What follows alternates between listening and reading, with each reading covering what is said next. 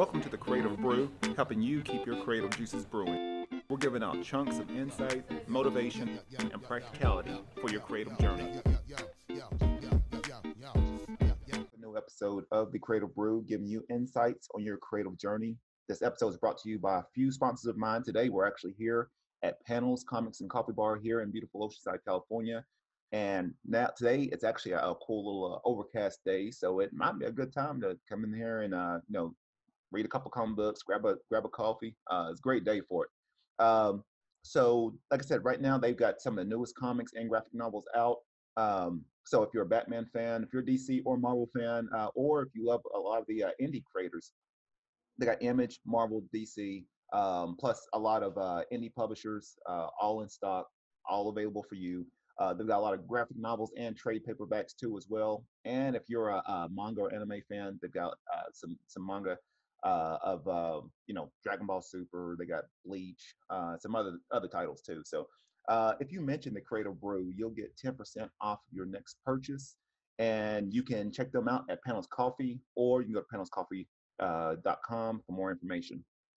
Another sponsor of mine is AstroPad, and if you're a digital creator like me, AstroPad actually turns your iPad Pro into a professional graphics tablet, so you can use all of your favorite programs, Photoshop, InDesign, Illustrator, all from the comfort of your iPad Pro. I've used AstroPad for a good year now, and it's been a great asset for my digital workspace, and it allows me to literally create on the go. And if I'm happen to be working at a coffee shop, or I'm away from my office, I can hook right into AstroPad, and it's pretty much another professional graphics tablet for me. So you can check them out at online on their social media at AstroPad Co, or you can go to astropad.com for more information.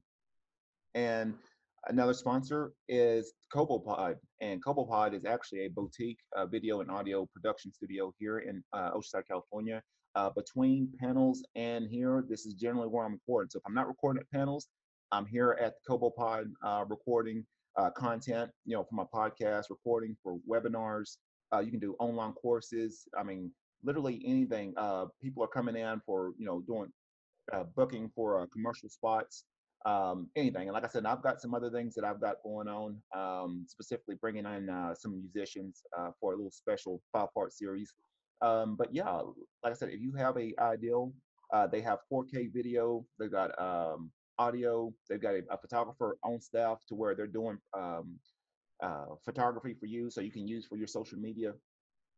So like I said, all inclusive, and they're actually doing podcast editing too. So now with me, I just don't have the time anymore to edit my own things. They do all the editing for me, and they give me the file that I needed, and then like I said, I can work from there. So Cobo Pod has been a great partner of mine, and I'm always happy to give them out, give them shout outs. So if you're interested in a podcast, if you're in the area, go by there, book your session today. Check them out at cobopod.org. And then the last sponsor of mine is Elevate Trading Coffee. And this is a coffee brand in Houston, Texas. They have a great mission for what they want to do. Like I said, they're looking to extract hope. So like I said, they're a coffee brand. They have a wide assortment of coffee that they have online for purchase that people can buy. They have merchandise, but a lot of their proceeds, most of their proceeds, go to helping villages in Guatemala, and really trying to help out the communities that help produce the coffee for them. So they have a great vision. They have a great story. If you're interested in what they're actually about, you can go to Elevate Trading, elevatecoffeetrading.com. So today this is episode 75. Actually doing a re-recording of this. Like I said, I had some technical difficulties, but we're going to record it again. So this is episode 75. This will actually be the last episode of season 3. So this is season 3 of the Creative Brew, going into season 4. But we have a special guest today. This is my brother, Dominique, and like I said, he's got a very fascinating story. And like I said, with every story, it has its ups and downs. But I'll let him share his introduction, and we'll go from there. What's up, guys? Hey, big brother. Thanks for letting me on your show today. My name is Dominique Craigmiles. I'm born and raised right here in Cleveland. under the supervision of the big brother here.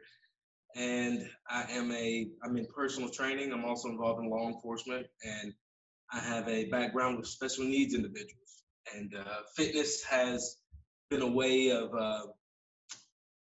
it's paved a way for me to get to where I am now. And my story, I have a very, very, very interesting story of overcoming adversity, more of the mental overcoming things mentally, and transpired through physical work. So this is going to be a pretty good interview. For someone that's that's dealt with this, and for anyone that doesn't know his story, like I said, he's and with many people, they've struggled with with their weight, with challenges with obesity, and he had gotten up to was it 440, 400, Yeah, 440. yeah. So for people that are in that predicament, what were some of the challenges that you had to deal with, not even physically, but even emotionally, mentally? What were those challenges? I believe the biggest challenge that I had to deal with was holding myself accountable. That's one of the hardest things that anybody wants to do. The holding yourself to a certain standard and actually even creating a standard. Sometimes the fear factor of just creating a standard can just overwhelm you to the point to where you don't even want to start, simply because you doubt yourself of even meeting that standard. So I, for me, unfortunately, I come from a family, which is not unfortunate. It's actually a privilege. I come from a family of athletes. Everybody was an athlete, and everybody was in wonderful shape. Almost everybody went to the collegiate level, if not the collegiate level of their athletics. And here I was struggling with obesity as a kid, all the way up through my teenage and part of my adult life, or into the very early stages of my adult life. So some of the biggest challenges that I had to overcome was accountability, but also the emotional factor of dealing with myself, as in what was something that I was lacking, what was something that I needed emotionally, and I didn't want to identify with that for a long time. Didn't want to identify with it, and I struggled. And emotionally, I become very, very, very emotionally attached to food. And mom raised us. She was a single mom, so she did what she could for us. So my having that relationship with mama, I was the baby, so therefore, like, what you didn't eat, I finished it. So it was one of those things where there was a comfort there with food, and it was filling a void. And because that void, I didn't want to identify with what that void was. Before I knew it, I was 440 pounds. So my struggle was more of the mental aspect behind my relationship with food, and I had to hold myself accountable to that and say, Dominique, there's a problem. And that's one of the hardest things that we do with any type of standard that you meet. You have to realize or come to terms with the fact there's a problem. And there's something there that you need to identify with. And when I did, I hit the ground running. So yeah, um, that's a good answer. With you saying that, do you feel like you're able to connect? Like I said, because honestly, yeah, I mean, coming from obviously both of our backgrounds, I've been in shape for pretty much most of my life. So it's still sort of hard for me to sort of have that. I'm always empathetic, always compassionate. But you had that firsthand account as far as just how you felt day in and day out, knowing that there was things that you felt like you can do, but physically you cannot do it. Right. And so, do you feel like, with you being a trainer now, do you feel like you're able to connect more with people from a physical and emotional perspective? Yeah, completely. Because the very first thing that people usually state when they come into the gym is, it's really hard for me to walk in here. That's what they'll say. They'll say it's really hard for me just to walk into this atmosphere. And I already knew how they felt before they even approached me as a trainer, because I know what it feels like to walk into a gym at 440 pounds. And the first thing that you're asking yourself is, why are you here? Like, everybody in here is in shape. Everybody in here just, they fit the part of being at the gym. But then the ultimate question is, why are they here? They're here for the exact same reason that I'm here. Obviously, there is something dwelling within every individual that is exercising. There's obviously something dwelling within them that says, I want to be better. Or there's a there's a there's a mindset behind fitness about maintaining, staying in shape, longevity. There's a whole lot of different variables. So I had to come to terms with that whenever I first walked into a gym.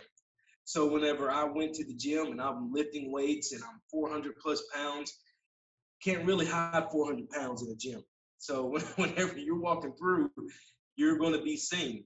But also, the gym also holds its own accountability, because from a social aspect of a gym, people do tend to push themselves and push each other without even really trying to.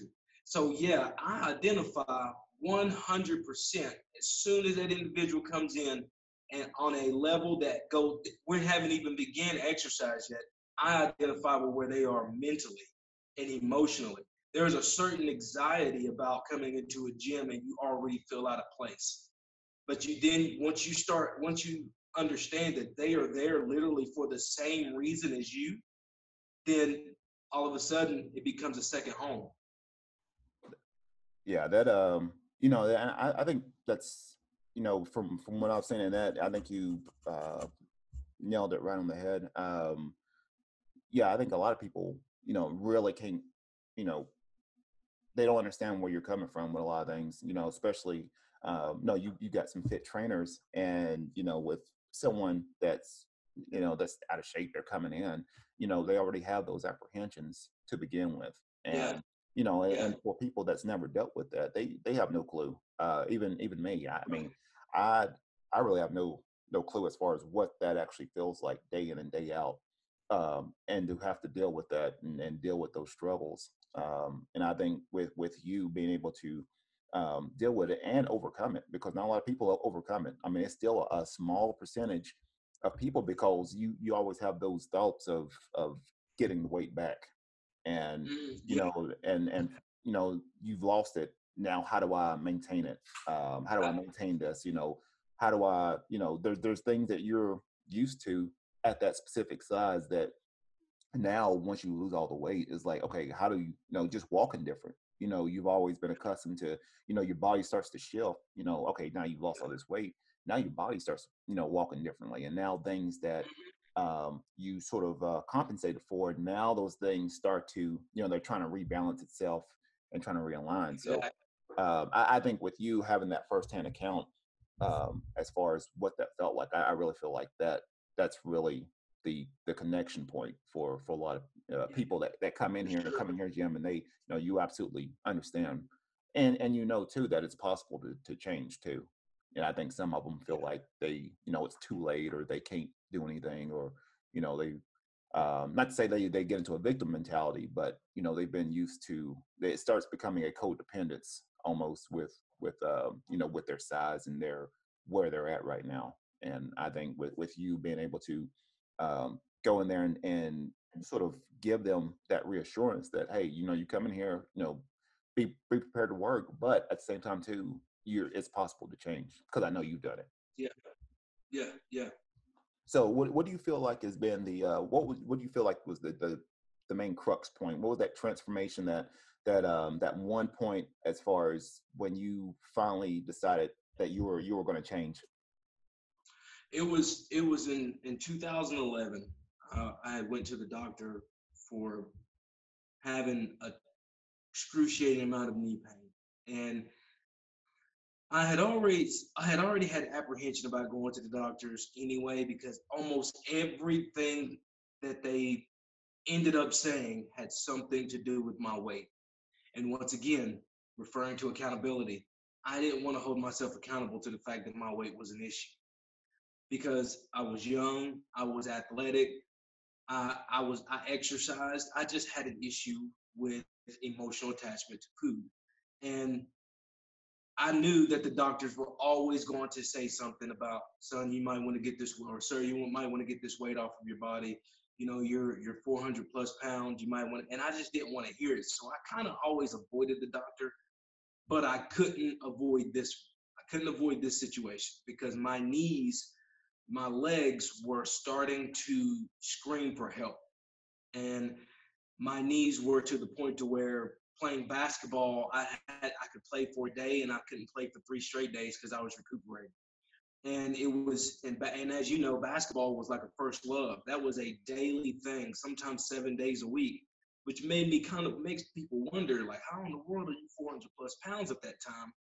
The amount of activity that I was doing, it didn't really make too much sense. But because people didn't understand the relationship I had with food, well, people who weren't close to me didn't understand the relationship with food that I had that I was dealing with. And I didn't want to hold myself to a better standard of that. But I went to the doctor in 2011, September, or actually it was late August of 2011, August 30th. And he goes in, he says, son, I can give you this knee injection. And yeah, it's going to be fine for maybe a month. But pain's going to come back. It's going to come back more severe. And if you don't get this weight off of your body, you're not going to have to worry about knee pain because you might not live to see 30. And I remember immediately wanting to withdraw, like into a corner emotionally. I didn't, that fight or flight kind of kicked in immediately, that SNS. And my sympathetic nervous system kind of was like, retreat, retreat, retreat.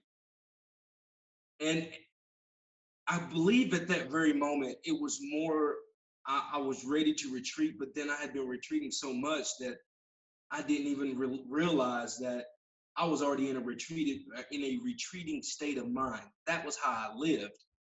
So whenever I remember walking out of that building and I remember praying to God, Lord, if you give me back my knee, I'll get this weight off my body. If you just give me back my knee, I'll get this weight off my body. And I specifically remember that was the first time with all aspects of my heart, I knew that I prayed a very genuine prayer that actually cracked the sky that day. And September 1st, I started going to the Y regularly. I started doing everything that I didn't want to do. First thing, nutrition, because I knew that I was already an athlete. I had the genetic makeup within our family of an athlete. And I had the mindset of an athlete, but I didn't have the strength to fight back against my relationship with food. And that was the changing point for me when the doctor said, you might not live to see 30.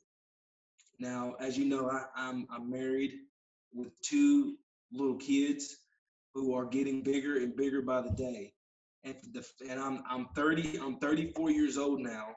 And he told me this when I was 25, turning 26. And I'd be 26 that following January in 2012.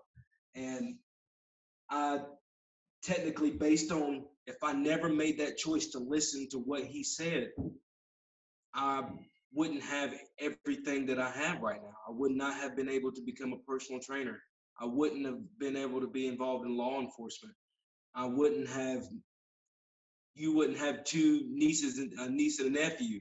You know, these things wouldn't be here, or you wouldn't have a little brother here because of making that choice, or or a sister-in-law.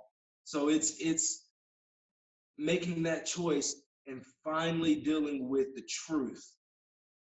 That was the game changer for me. That doctor doesn't know. He probably doesn't even know to this day. It's 2020, and he probably doesn't even know to this day that his one statement changed the dynamic of my entire life. That's awesome, man. And I think that's a great testimony for anyone that's that may be struggling with that.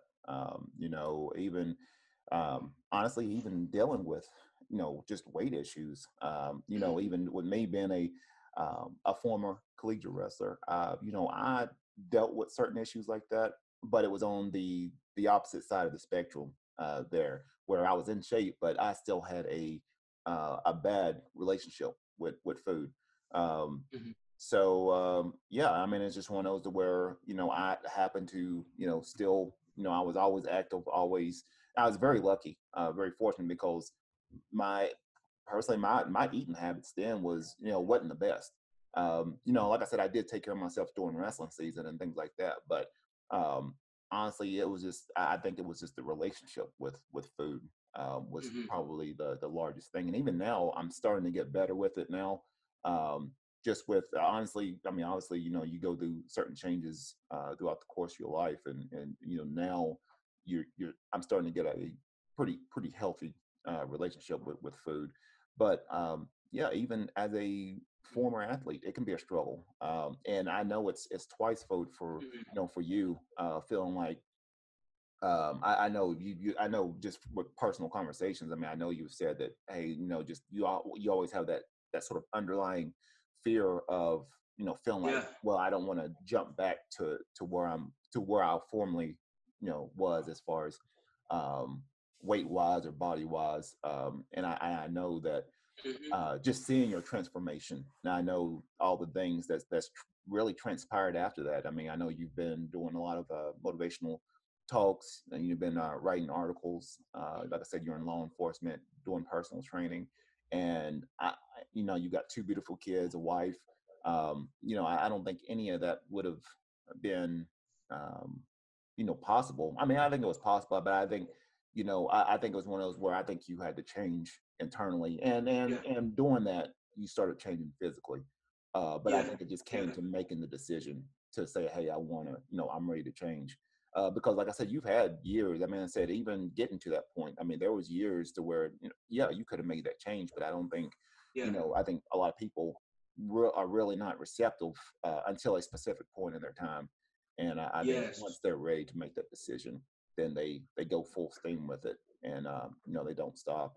And like I said, in your case, it's pretty much catapulted, you know, your life into something else completely, because like I said, you could have went one direction, and you know, you decided to go a specific direction for the good, and you know, saving your health. Yeah, I know you've told me before. I mean, even when you were um, losing, you know, in the course of losing weight, I'm sure. I mean, I know we've had conversations to where, you know, you had, you know, certain people or friends feel like, you know, you're changing, you know, why don't Yeah. you, you know, stay the same, and you know, things Yeah. like that. And I think that's part of the transformative process, is knowing that the especially if you're looking to change direction, you're looking to change course, there might be a situation where you may have to let people go, you might have to let old relationships go in order to bring something Mhm. new. And I think that could be just as scary as, you know, you going through this transformation, losing the weight, you know, figuring out, you know,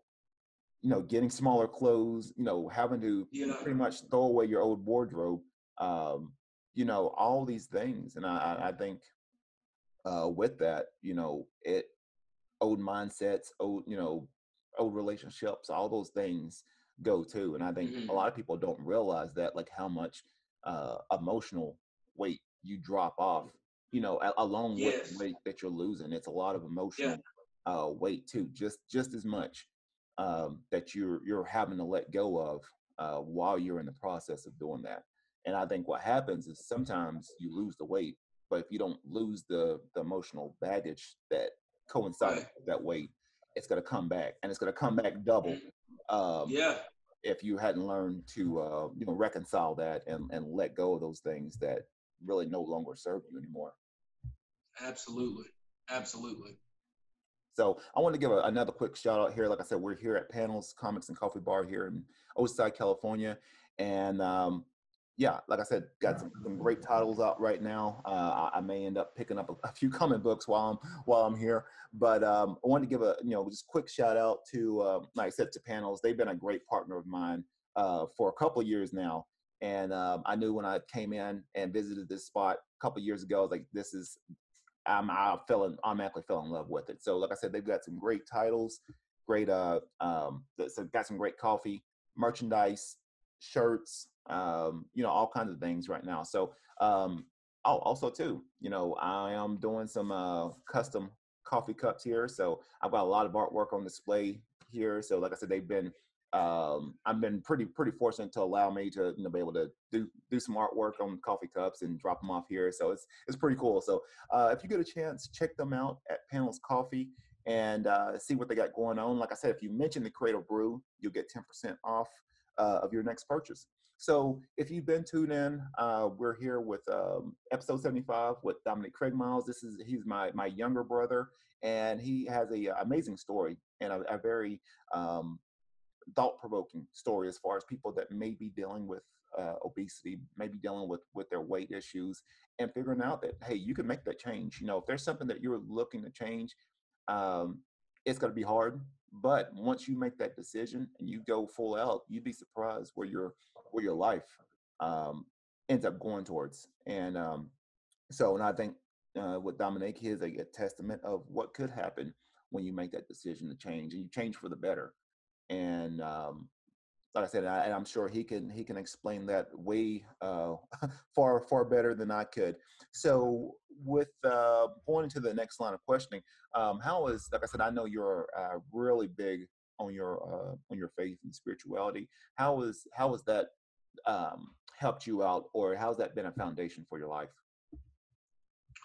Mainly, my faith kind of, we were, being born and raised, we were raised up in church and understanding church, but the relationship was a little bit different as in my youth as what it was when I went through this transition, because I finally had to let go of me in order to get to where I am today. So I had to let go of my personal contentment with what I thought that I could control, because I needed help. And that's one of the hardest things to understand, is that when you need help, the Lord is right there waiting. All you have to do is submit. And that day that I gave that prayer, when I left that doctor's office, that was me finally submitting to his actual call on my life. So I didn't know what was getting ready to take place. I just knew that I had to get out of my own way, because I was at my weakest point in my life, mentally and spiritually. But I gave the most powerful spiritual prayer, and that's when he showed up, and he was the strongest. So whenever you get out of your own way, whenever I got out of my own way, my faith all of a sudden took off.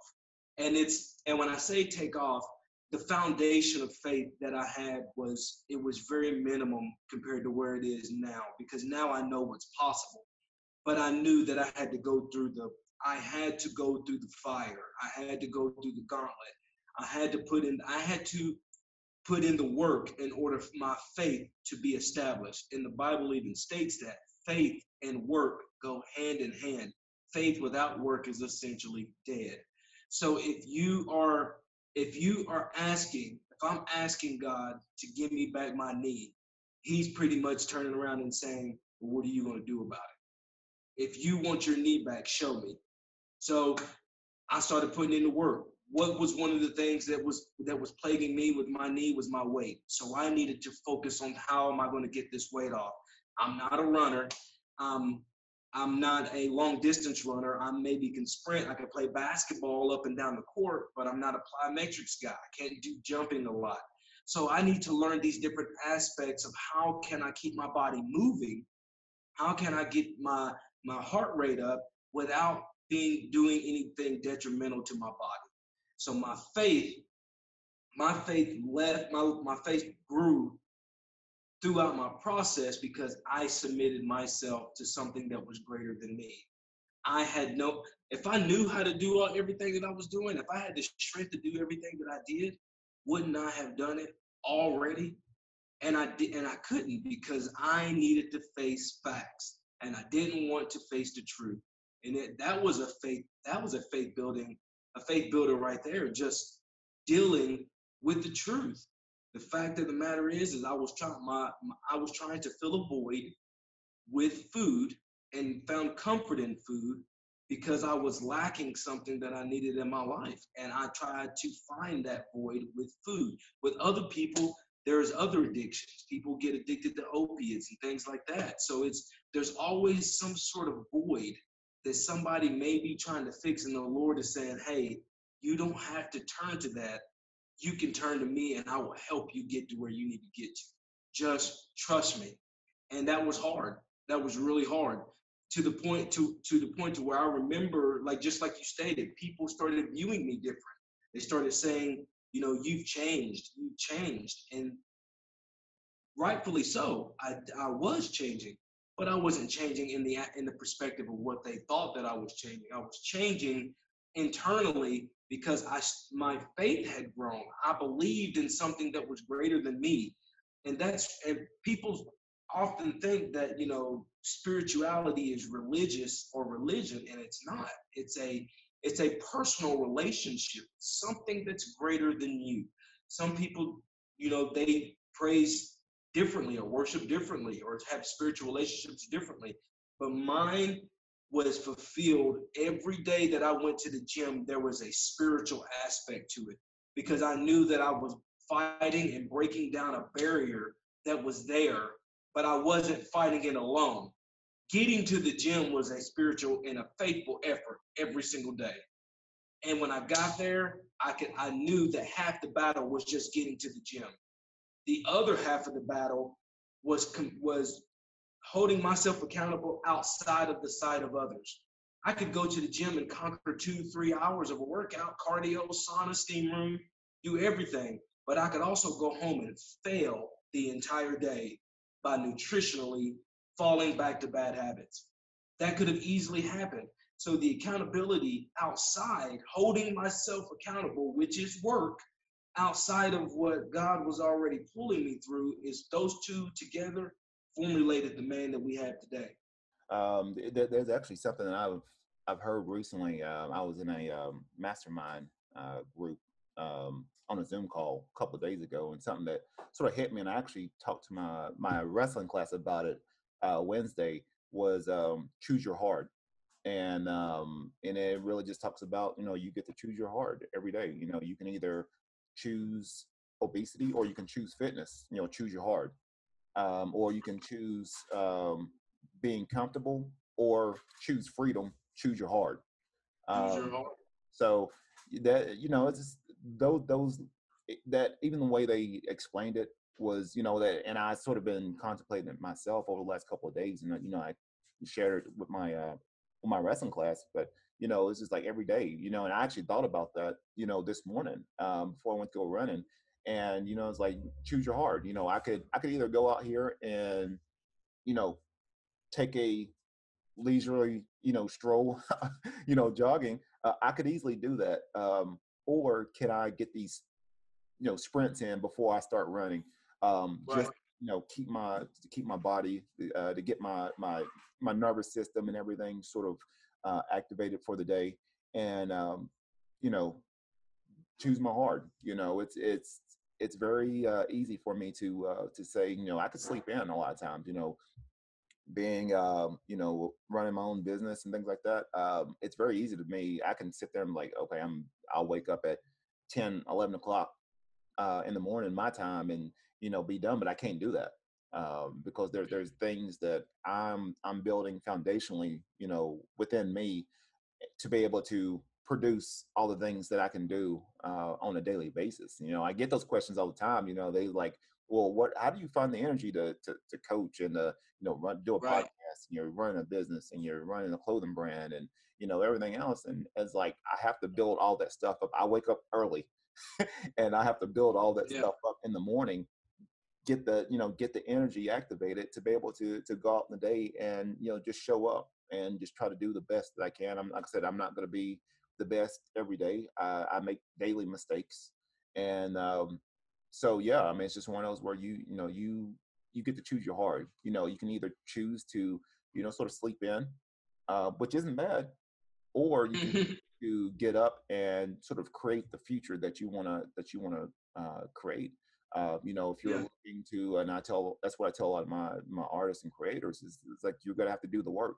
I've been doing this for 12, 13 years, and I'm still learning. I'm still adding on new skills and collecting new skills. Right. Um, and that's just the mindset you have to be in. I'm a lifelong learner. I enjoy learning new concepts, new ideas, so I can absorb that in my own daily living, and and from that I can share that with others.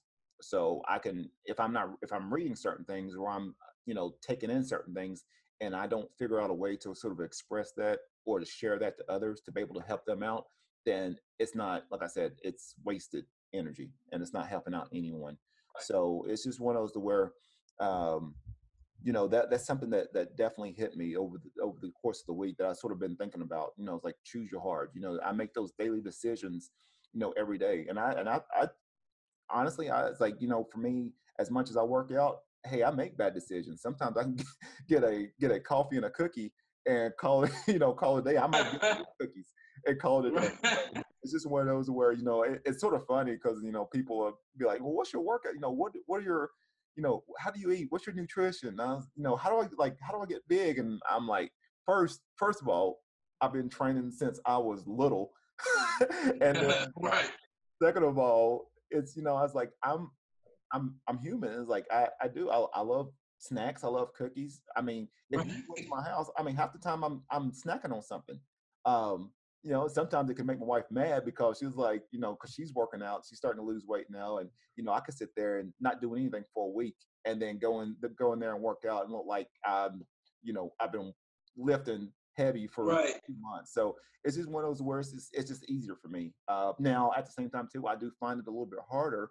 Um, each year. But it's just one of those where I'm very fortunate, very blessed to be to be able to do certain things. But at the same time too, I put forth a lot of energy on the back end. Doing your prayer, doing your meditating, doing your reading, Right. listening Right. to podcasts.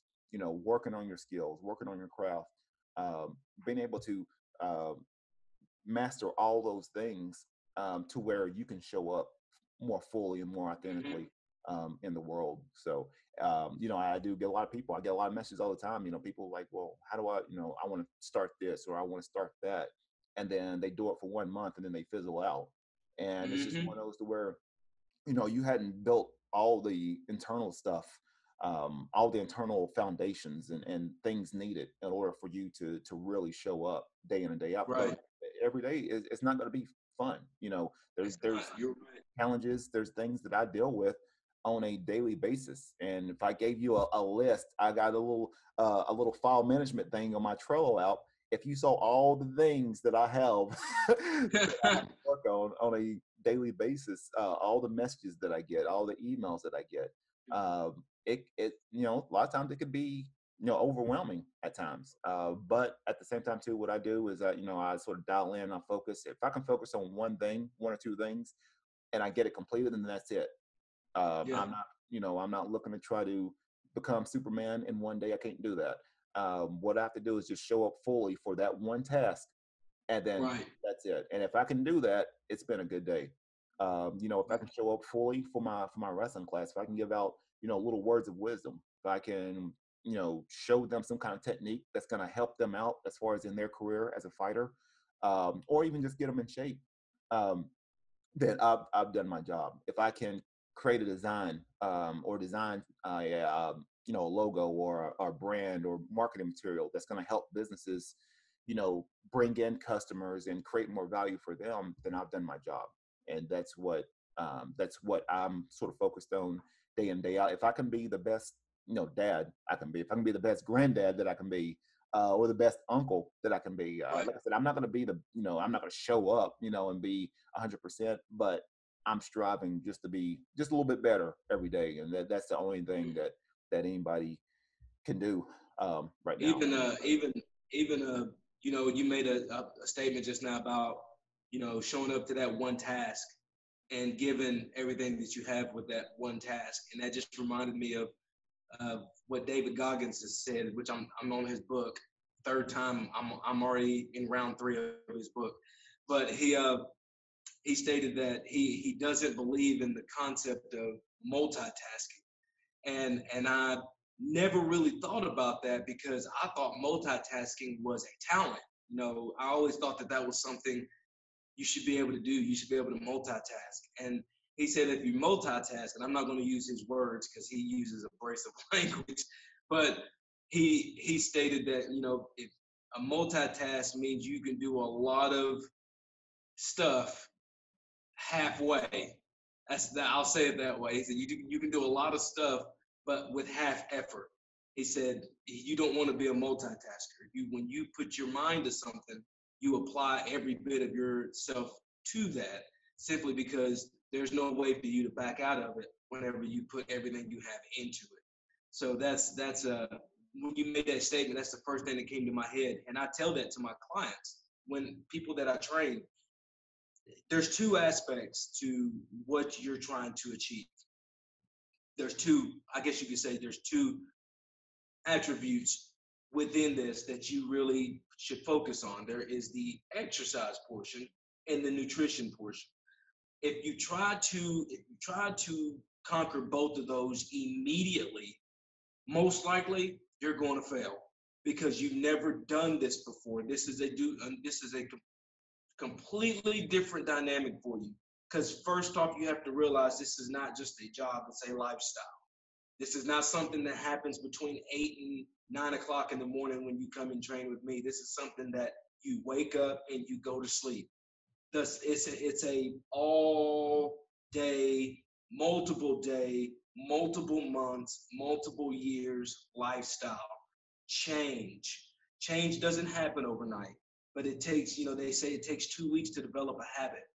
It takes 4 weeks for people to see that you've developed a habit and maintained by physical change. And then it takes an additional 2 weeks after that, which would be 6 weeks total, for you to actually see your own change. So it takes a month, over almost 2 months of consistency for you to even notice that you have made some physical progress. But those first 2 weeks, and I can tell you that from experience because I was that guy every single year, the New Year's resolution guy. I want to lose 100 pounds this year. I want to lose 100 pounds this year. First 2 weeks into January, right back at the restaurants, right back in the old habits because I couldn't establish a habit in 14 days. So any challenge that me and my wife do, we do it in increments of 7. We do everything in increments of 7. So if we do a fast, we'll fast for 7 days. If we do a some sort of nutritional challenge where you can't have bread or any type of sweet carb, or you're doing a detox or something like that, everything is done in realms of 7 because I know personally from being a trainer that 72-hour window is crucial. Just 72 hours, and that's halfway through the 7 days. So that 72-hour window is it's hard on the mind, especially as soon as we're human. For some reason, a humanistic trait. If I tell you can't have something, what's the first thing you're going to think about? You're going to think about what you can't have. That's just something that we do. I have no idea why. It's just something we do. But whenever it becomes a part of you, becomes a part of your lifestyle, you don't even realize that you've eliminated that out of your life. And the only time that you think about it is whenever somebody tells you you can't have it, but you realize you haven't been having it for months. It's a weird concept, but it's a true concept. And I identify with that with my clientele all the time. If you can focus on one, focus on it and give 100%. If you know that your nutrition is terrible at home, give me 110% in this 60 minutes here at the gym. And we're going to build off of that because eventually, after a while of you putting in the sweat and the tears and the time and the money into somebody kicking your tail every single day, eventually it's going to click that I am tired of wasting my time after putting in all this work and I can't even conquer this food. Let me conquer, let me at least make a slight change over here so I can magnify or grow from this part over here. So and that's when the change starts happening. And it's a slow teeter-totter that finally wiggles itself into an alignment just a few weeks to a month down the line. So that's great. So right now, what's inspiring you right now?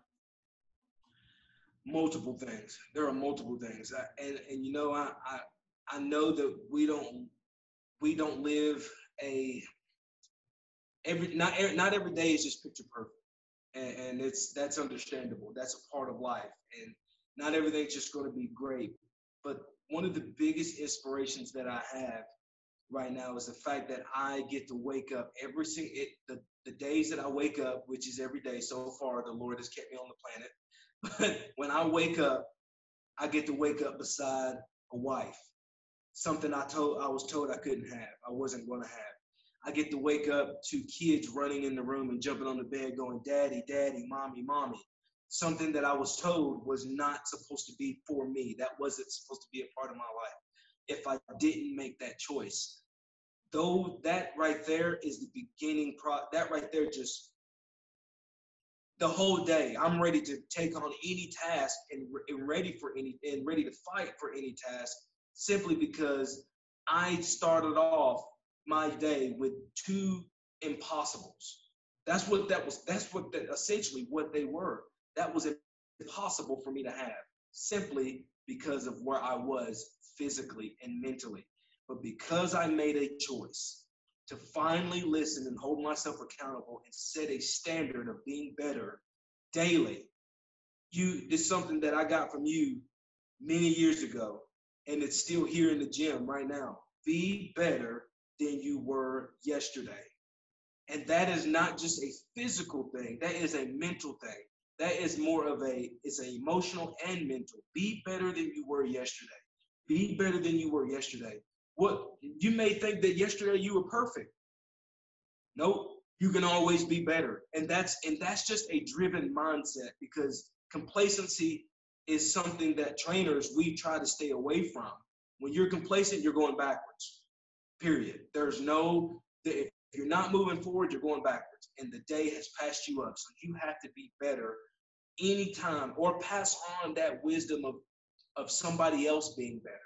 Because you can pass that on. Sometimes there was something that you made for me years ago.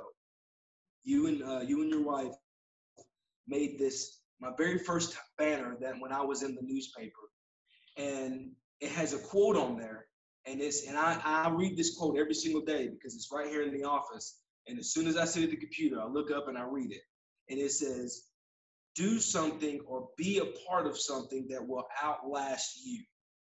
And that essentially is what you have kind of instilled throughout your entire business. Ego or legacy over ego. What are you planning on leaving behind? You have to do something that's better than you. Do something that's going to outlast you. I have 2 kids. So everything that I'm doing now has nothing to do with Dominique, but it has everything to do with Isaiah and Carmen. Because I have to pave a way for them to come and establish their own foundation. I'm just trying to give them a platform to start from, to grow from, some sort of solid base. The same exact thing that you have done for for your kids and your grandkids, and what you've done for me. And I'm your little brother. Well, I'm the big little brother. But the platform that you have established was something that I didn't even know was there until I finally had to break myself. I had to break my mind, break to build. In order to get to where I am now, I had to break down an old foundation. And that old foundation of what I established, that had to be gone. That had to get destroyed in order to get to where we are today.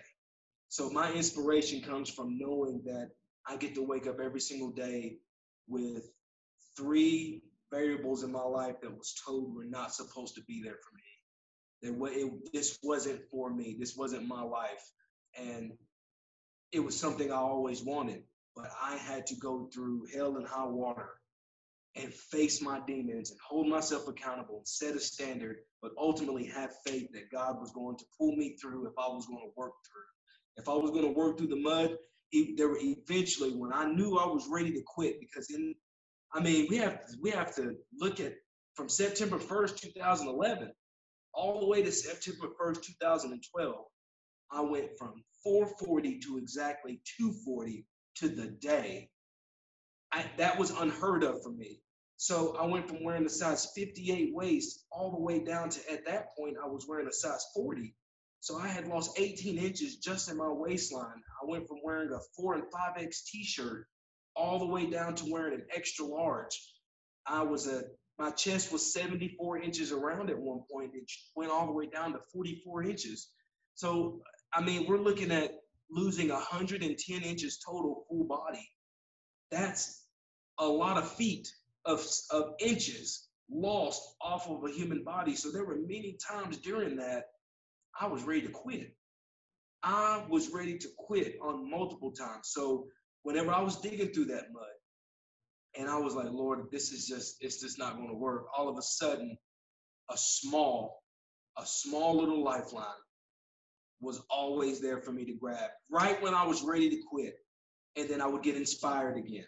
And then I would hit another milestone. And then boom, before I knew it, I was at 197 pounds just 15 months later. And I didn't even realize how I had gotten there. And the enemy, the outside talk was trying to affect me, trying to hit me. You're this now, you're that now, you're not the same, you're not Big Dom anymore. Well, unfortunately, I'm sorry to say, I am still Big Dom in my heart, because if it wasn't for Big Dom, you would not have the character of individual that's in front of you today. So in many ways, I appreciate that 440-pound man, especially in the winter months. I stayed warm all the time.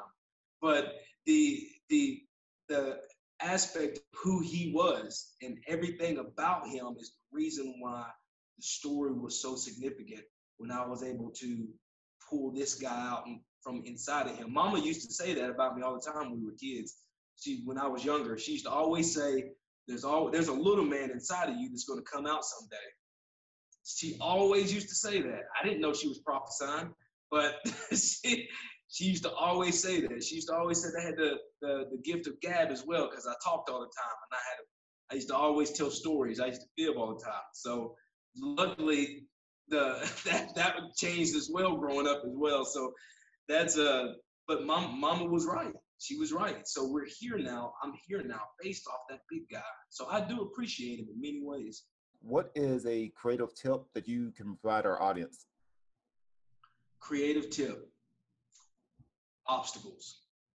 Obstacles build opportunity, and that is they're just building blocks for opportunity. They're not meant to stop you. So if you have something that you want to do, expect obstacles. Expect it. If you think you're going to go through this, any type of transition that you go through in your life, whether it be a spiritual growth, a mental growth, a physical growth, relationships, trying to improve relationships with people, you're definitely going to run into some obstacles. And these obstacles are just meant for you to establish the opportunity to be better. And that's all they're there for. They're not meant to stop you. An obstacle is just there to either make you go over, go around, or go through. Me, I personally like to go through, because I was on that path before that obstacle got there. That obstacle is going to have to just fill my wrath when I get there. That's my personal mindset, simply because of what I went through myself. So obstacles, be very, very, you train for obstacles. You don't train to win. You train for the obstacle. And it's coming. It's always going to just always have it in the back of your head that it's coming. But I guess the best thing about it is knowing when it gets there, you just start smiling, because you know it's on. It's game on. Training session. Here we go. That's what I love about obstacles, and that's my creative tip. That's great. Hey, that's a great tip. So before we sign off, what are some words of wisdom? What is something that may help anyone that's listening to this, that will be listening to this on my podcast or through Helium Radio? When they hear this, what are some words of wisdom that you feel perhaps feel the need to say to somebody? Failure is not always a failure to me is never going to be a terrible thing. You have to understand that failure is a part of success. And success would not even have as much relevance if you knew that the option of failing was not there. So if you go at anything in your life and you see that you're not doing great at it, you're failing consistently, you're failing at it. That doesn't mean stop, because if you take the positive out of that, that means you're still being consistent. Even though failing is happening, you're still learning through consistency. So discipline, even though somebody is coming up on the short end, because that was me. I came up on the short end for many, many, many years. I kept trying to do something and I kept failing. So I finally, there was something that was much greater than me, much smarter than me, that put a bug in my ear and said that if you don't change, you might not be here within 5 years. And that was my ultimate breakthrough, to where I knew after all those failures that I had dealt with, I wasn't going to fail again, because now my life depended on it. So if I could pass on anything to anybody, embrace your failures, embrace them, deal with them, face them, and then conquer them, because you will win ultimately. Yeah, I think that's something that definitely people need to hear, is that you know, it's not you do something and you fail at it. It's not meant for you just to stop. Sometimes yeah, you may need to course correct a little bit, but you keep going. You keep fighting. You keep fighting for another day. And I think that's the you know what you could ask for anyone that's looking to go forward with their dreams, or looking to, or even just trying to make a change. It might be something, especially with the space you're in. People struggling with their with obesity, or struggling with their weight issues, and just figuring out, hey, look, you're not going to be perfect. You start a regimen and you backslide a little bit. That's all right. Get back up, start again. That's where you start becoming more consistent, and through that consistency, that's where you're able to build those habits and those values internally, and then it gets from there. You start seeing results after that. But you Right. have to get it sort of absorbed internally, and know that, hey, look, I'm making the decision to have better health, to change my life, because I want to feel better. I want to feel better for my kids. I want to feel better for my grandkids. I want to be alive, to see Right. them grow up. Right. So yeah, that's those some great words of wisdom. And like I said, I thank you for signing on for this. And like I said, this is No episode problem. 5. And so yeah, how can people reach out to you right now? I know you've got some other things going on, but how can people reach out to you for any kind of speaking engagements, personal training, anything like that? So if people want to get in touch with you, what's the best way to for them to contact you? You can contact me through Facebook at Dominique Craigmiles, or you can reach out to me on Instagram at BigDom73, or you can always email me at DominiqueFitness73@gmail.com. Those are the 3 best ways that people usually get in touch with me. I'll have all your information on there so people can, potentially get in contact with you. And Mhm. and like I said, once this releases, we'll be able to, definitely share it. We'll be sharing this, promoting this out. I'll have this in video form, how this in audio, so this will be available in all kinds of different platforms. So once again, this has been another awesome episode 75 with me, with my brother Dominique. And other than that, please check this episode out. Check out prior episodes. Please like, share, comment. subscribe to the podcast. It's available on Spotify, available on Apple Podcasts, SoundCloud, and then I've got a lot of the video episodes on the Creative Brew TV page on Facebook, as well on my YouTube page. All these episodes are going up. So this is the last episode of season 3. Now we're going into episode 76, so into the new season. But hopefully, in the near future, I'd like to be able to bring you back on for some other things. A lot of times, I'm doing little roundhouse conversations with other people, so I definitely want to have you on for that. Sure, definitely. But other than that, this has been another awesome episode of the Creative Brew here at Panels, Comics, and Coffee Bar. And once again, be creative, stay inspired.